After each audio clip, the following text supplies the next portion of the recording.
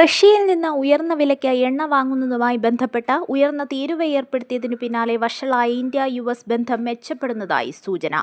ഉഭയകക്ഷി ബന്ധത്തിൽ ഇരു രാജ്യങ്ങളും തമ്മിൽ ചർച്ചകൾ പുരോഗമിക്കുകയാണെന്നും ഇന്ത്യ-യു-എസ് ബന്ധം ശക്തമായി തുടരുമെന്നും സ്റ്റേറ്റ് ഡിപ്പാർട്ട്മെന്റിലെ ഒരു മുതിർന്ന ഉദ്യോഗസ്ഥൻ പറഞ്ഞു.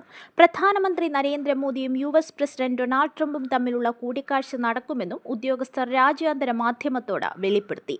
ഈ വർഷം അവസാനമോ അടുത്ത വർഷം ആദ്യമോ ന്യൂഡൽഹിയിൽ നടക്കുന്ന ക്വാഡ് രാജ്യങ്ങളുടെ ഉച്ചകോടിയിലായിരിക്കും കൂടിക്കാഴ്ചയെന്നാണ് റിപ്പോർട്ട്.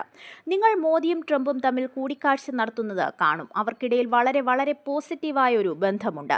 ക്വാഡ് ഉച്ചകോടി ഈ വർഷം അല്ലെങ്കിൽ അടുത്ത വർഷമായിരിക്കും. അതിനുള്ള തീയതികൾ തീരുമാനിക്കാൻ ചർച്ചകൾ നടക്കുകയാണെന്നും പേര് വെളിപ്പെടുത്താൻ ആഗ്രഹിക്കാത്ത ഒരു ഉദ്യോഗസ്ഥൻ പറഞ്ഞു. തീരുവത്തർക്കം കാരണം ട്രംപ് ക്വാഡ് ഉച്ചകോടിക്കായി ഇന്ത്യയിലേക്ക് പോകില്ലെന്ന നേരത്തെ റിപ്പോർട്ടുകൾ ഉണ്ടായിരുന്നു.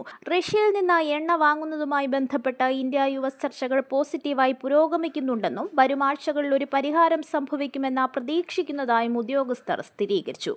ട്രംപ് ഭരണകൂടം കശ്മീർ വിഷയത്തിൽ മധ്യസ്ഥത വഹിക്കാൻ ഉദ്ദേശിക്കുന്നില്ലെന്നും അദ്ദേഹം കൂട്ടിച്ചേർത്തു. ഇത് ഇന്ത്യയും പാകിസ്ഥാനും തമ്മിലുള്ള നേരിട്ടുള്ള പ്രശ്നമാണ്. ഇത് യു-എസിന്റെ ദീർഘകാലമായുള്ള നയമാണ്. വിഷയം പരിഹരിക്കേണ്ടത് ഇന്ത്യയും പാകിസ്ഥാനും ചേർന്നാണെന്നും ഉദ്യോഗസ്ഥൻ കൂട്ടിച്ചേർത്തു.